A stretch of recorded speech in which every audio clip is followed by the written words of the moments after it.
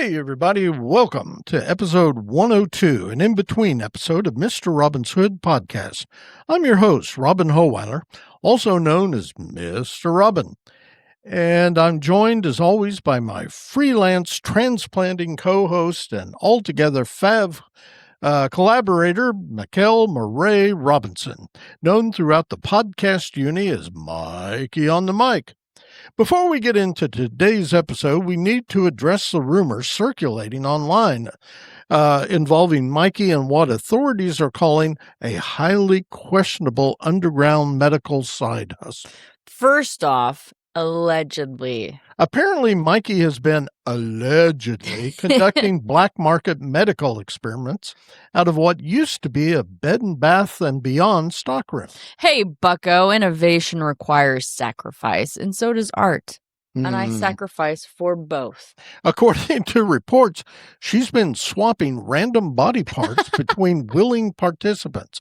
One man This sounds very human centipede to me. One man reportedly woke up with 2 left feet and the inexplicable urge to collect antique spoons. And honestly, he dances better now.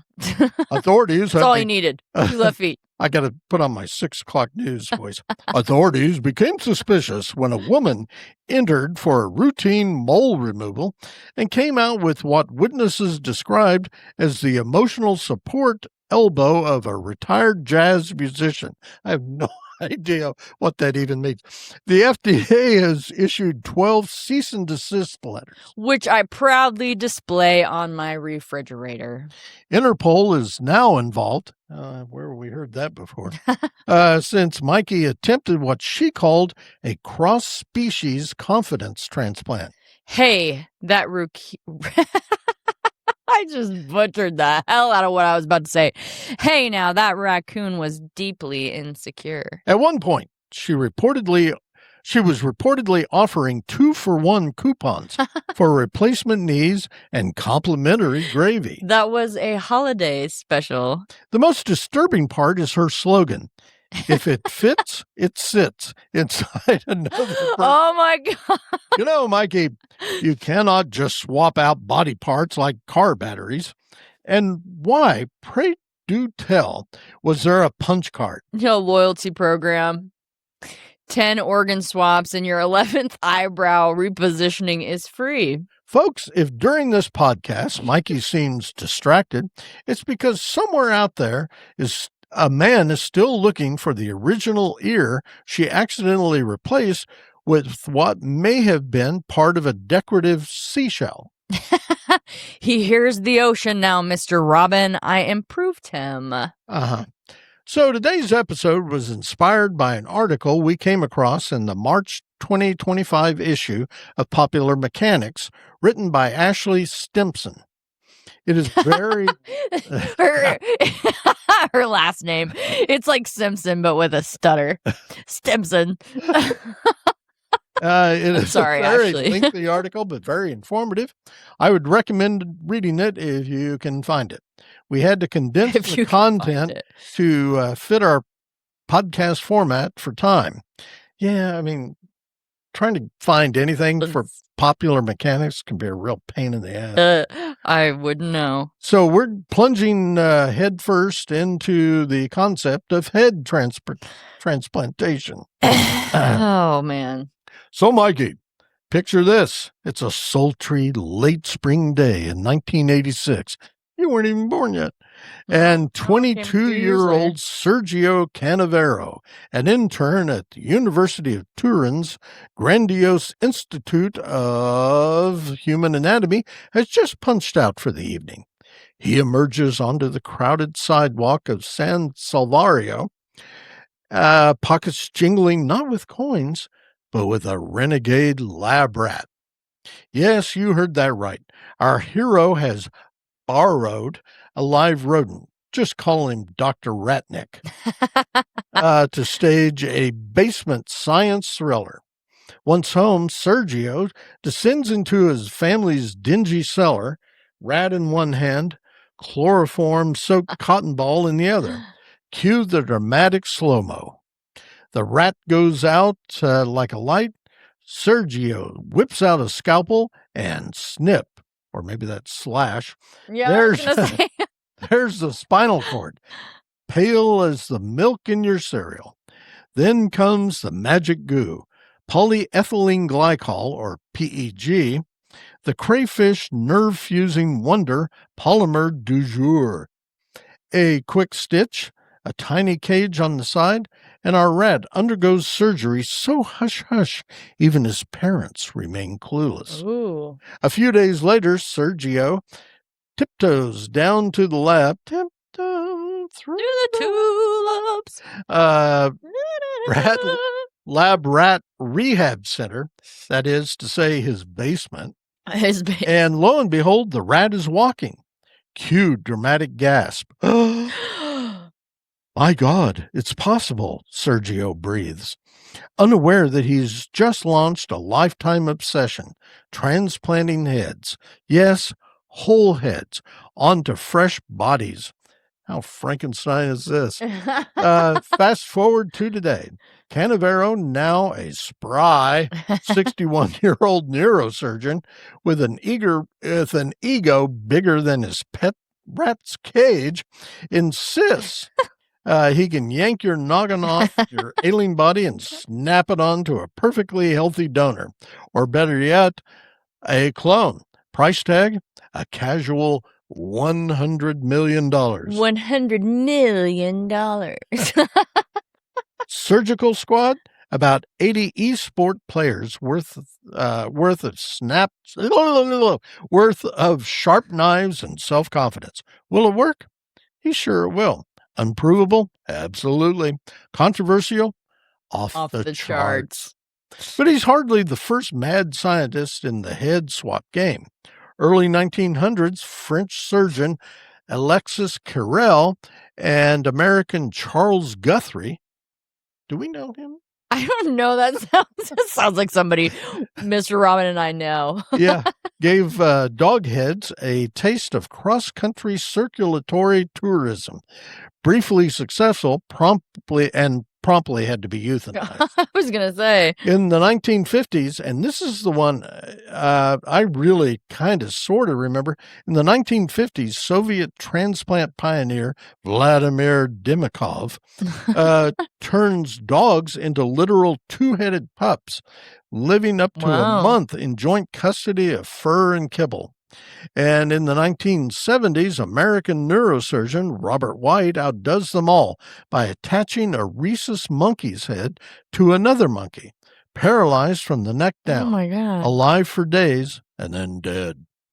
Animal activists. Yeah, that was like, when are we going to get to the animal activists? Dubbed him Dr. Butcher.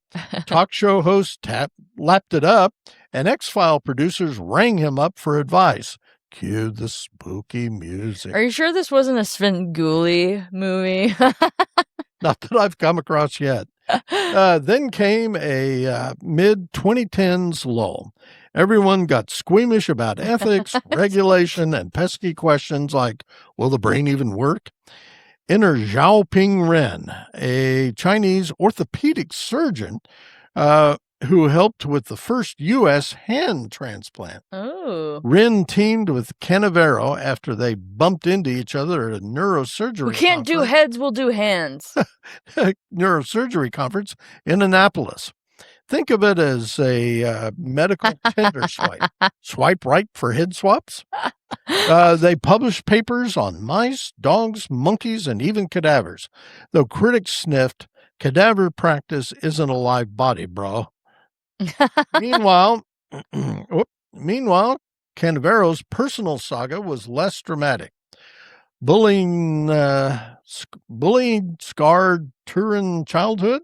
Check mama's boy affection. Mamoni, he calls it. Check. He idolized Dr. White in his teens and vowed to top him.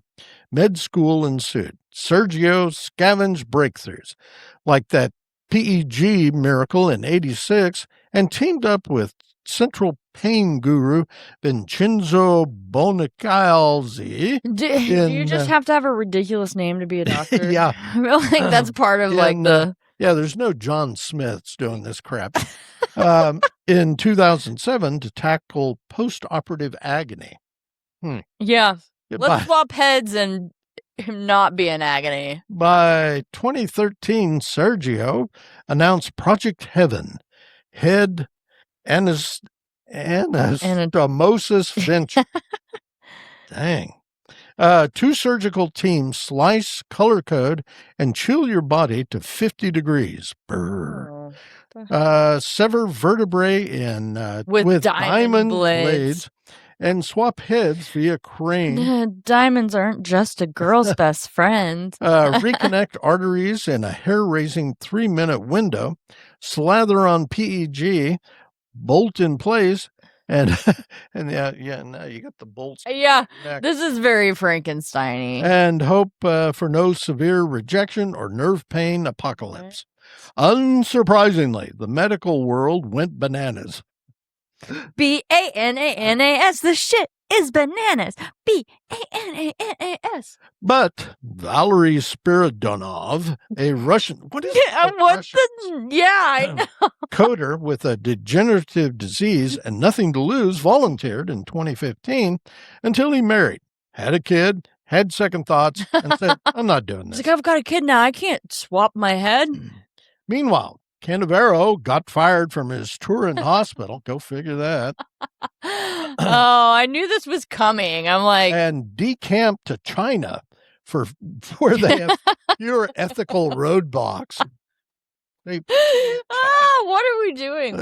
It's like the Utah of the East. And claims are now that it's being bankrolled by secret American billionaires chasing immortality. That sounds about right. But anyway, bringing the crazy Americans back in. Bring them back in. Critics like sociologist Alan Furr shrug it off. No one can reattach a human spinal cord. If it were so easy, we'd fix 250,000 paralyzed patients. And here comes the logic from Sir Alan Furr himself. They point to daunting hurdles, keeping 2 blood supplies flowing, suppressing immune rejection without murder dose drugs, preventing excruciating chronic pain, and nursing you through rehab for months. Oh, and don't forget the legal ethical kerfuffle. Informed consent can't be real if you don't know whether your new body's organs, fingerprints, and guts bugs are haunted by your donor's history. Let me turn that over and... Can you volunteer to be decapitated? I volunteer. I'm volunteering. For wonders. Also, giving up a donor body obliterates 8 lives you could have saved via organ donation. Right. See, logic. Here comes the logic. None of this deters Canavero. No, of course not. Dude's cray-cray. Yeah, that's good. He's out of his skull. No pun intended. See what I did there? These head swaps as just being a stepping stone to brain transplants in non-sentient clones, a.k.a. Project Brave, where ethical complaints dissolve like a ghost at dawn. Wren, the more low-key one of that partnership, insists on government and public green lights. Canavero, gung-ho, says he'll proceed with or without them. Good Lord. It's like Jekyll and Hyde. Today he's back in Turin, estranged from academic posts, living with memories of a mother he avoids when she's dying, still convinced his teenage rat experiment will culminate in a reanimated immortality. Things could move faster, he grumbles. Well, Sergio, we're holding the popcorn. Yeah, because what? So that was quick and fairly painless. We hope you folks conveniently listening at home or in your car enjoyed that. If you have any questions for either Mikey or myself about today's episode, or you want to learn how you can donate your body to be Swip-swapped with your head. You can email us him at mr.robin at mrrobinshood.com or Mikey at mrrobinshood.com. Only email me if you got something nice to say. All right. Also, you can find us on Facebook at Mr. Robin's Hood Podcast. As also, you can reach out to Mikey or me via Podophone at 580-827-1113. Maybe you just want to get something off your chest, or you're feeling some butt pain because of something we said or on the podcast. Or head pain. Or head pain. Unless, of course, which is a headache. Looking for a way into Mikey's skull. Oh! And hoping you'll score a Mikey head transplant. You know what? In which case, you will be terrified what you find in there. You should probably contact Mikey directly to make those arrangements. Yeah, contact me directly at 827-1113. You can leave a voicemail. Text us if you have a question, concern, complaint, compliment, suggestion, whatever. Just don't be a transplanted dick about it. I see what you did there. In the meantime, tell all your friends. All of them. Even the ones that swap heads. There you go. To listen to this podcast as though their lives depend upon it. Because it does. As always, you can stream or download episodes of Mr. Robin's Hood Podcasts wherever you usually find that sort of nonsense. We're on iHeartRadio, Amazon Music, the Podbean app, Apple Podcasts, Player FM, Listen Notes, and Podchaser. You can also stream them directly from our Podbean website. Here goes Vanna. I'm not standing up this time. Oh, okay. Mr. Robin's Hood podcast.podbean.com for free. Yep.